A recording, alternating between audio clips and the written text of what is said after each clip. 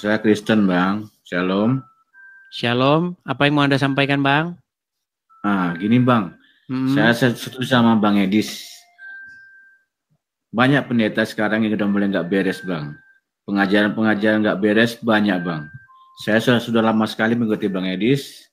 Dan saya kira penjelasan Bang Edis masuk di akal logika orang waras. Jangan dengarkan mereka-mereka yang orang nggak waras, Bang. Semangat, kami dukung Bang Edis. Ya, Selamat yang malam, memprihatinkan Bang. Saya juga begini, Bang. Ada juga, ya ini sangat disayangkan ya, saya harap mereka bertobat. Ada juga hamba-hamba Tuhan yang mengatakan bahwa penyaliban Yesus, keinginan supaya Yesus disalib itu adalah keinginan Bapa dan juga keinginan iblis. Jadi kehendak Bapa dan kehendak iblis menjadi satu. Makanya benerlah kata. Makanya Zuma dan Yusuf PA dan kawan-kawan itu memang melihat ajaran sesat.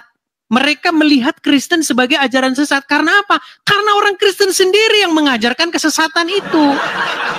Makanya menjadi batu sandungan. Saya yang harusnya berapologet, membawa Injil ini sampai dan diterima mereka. Mereka malah jadi batu sandungan saya. Kalau Bapa di sorga dengan iblis punya kehendak yang sama-sama ingin menyalibkan Yesus. Artinya apa? Artinya mereka ini tim kerja. Artinya apa? Artinya iblis melaksanakan kehendak Bapa di sorga. Kan sama-sama ini kehendaknya. Ketika iblis menyalibkan Yesus, ketika orang-orang yang menentang Yesus menyalibkan Yesus, artinya kehendak Bapa tercapai. Artinya mereka-mereka ini adalah orang yang berjasa di dalam membentuk karya keselamatan Tuhan. Iya, betul. Maka betullah Zuma dan Yusuf PI. Inilah yang saya hadapi. Saya menghadapi Islam itu dalam 13 tahun saya udah menghadapi mereka. Yang saya hadapi ini kayak begini-begini, pengajaran-pengajaran sesat macam itu. Padahal tidak seperti itu ajaran kekristenan. Ini sebenarnya aku lagi menuliskan ya komentar terkait apa yang diisukan gitu. Nah, yang menarik kalau kita mulai dari peristiwa Petrus ya. Apakah Petrus dikatakan di situ tahu tentang rencana Allah, yaitu rencana keselamatan? Jadi kalau kita mau dilematis dengan dua istilah ini didudukkan dulu perkaranya. Apakah iblis tahu tentang rencana keselamatan? Kita lihat di Matius 16 ayat 23 ya. Matius 16 ayat 23. Di situ dikatakan gini. Maka Yesus berpaling dan berkata kepada Petrus, "Enyahlah iblis, engkau suatu batu sandungan bagiku, sebab engkau bukan memikirkan apa yang dipikirkan Allah." Karena sifat apa yang dipikirkan Allah itu hanya ada di dalam diri Allah. Sifatnya rahasia. Hakikat Allah tak terfahami. Itu ya di dalam Ayub 11 ayat 7. Itu sifatnya rahasia. Tersembunyi. Dan Petrus dikatakan oleh Kristus, engkau suatu batu sandungan bagiku sebab engkau bukan memikirkan apa yang dipikirkan Allah, melainkan apa yang dipikirkan manusia. Apa yang dipikirkan oleh manusia? Sebagai murid Kristus, dia mau membela Kristus. Dia tidak mau Kristus itu disakiti, makanya dia memotong kuping dari tentara Romawi ya, yang hendak untuk menangkap Kristus. Ini sebagai suatu dasar bahwa yang dimaksud enyahlah iblis ini bukan Petrusnya sedang ditunggangi iblis di situ, tetapi sebagai konsekuensi logis bahwa iblis itu yang tidak mengerti bagaimana Allah menyelamatkan manusia, tetapi pada akhirnya yang suka untuk menghalang-halangi keselamatan itu adalah ajaran Islam atau iblis. Itu yang dimaksud di sini. Apakah Petrus tahu tentang rencana keselamatannya seperti apa? Ternyata jelas tidak tahu. Orang di sini udah dibilang apa? Engkau suatu batu sandungan bagiku sebab engkau bukan memikirkan apa yang dipikirkan Allah, yaitu rancangan keselamatan.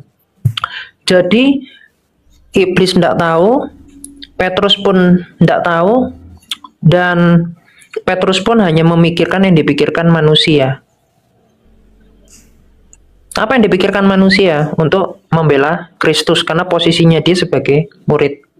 Nah, terus kalau kita lihat di dalam 1 Korintus 2 ayat 8, itu kan yang dijelaskan oleh episkop. Itu bicara pada akhirnya. Tuh, pada akhirnya.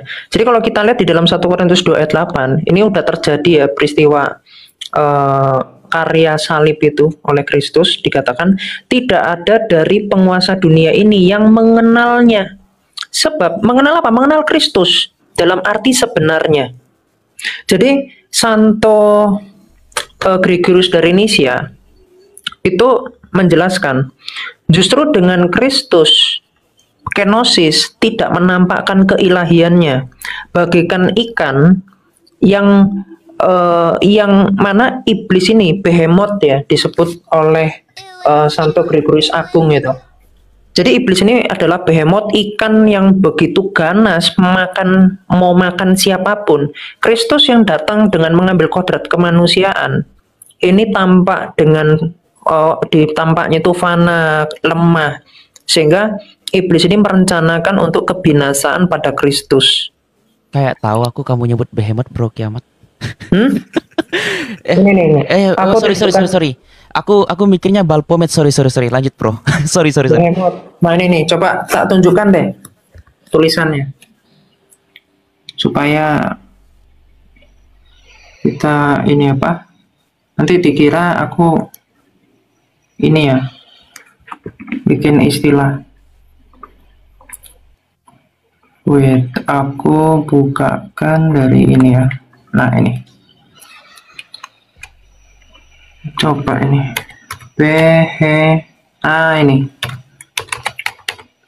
ini ada kata behemoth nih. Nah ini dari yang ditulis sama Santo Gregorius Agung, orang dalam kitab Ayub jilid 1-3. Nah kita ketik kata apa namanya, apa itu kok nomor 17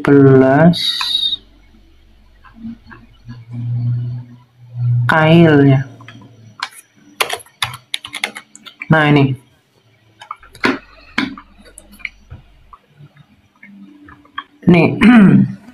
ini kata ianya ini di sini, ianya ini hati-hati ya, ini bisa merujuk pada Allah. Ada ianya ini yang pada iblis, karena iblis kan juga S-nya biasanya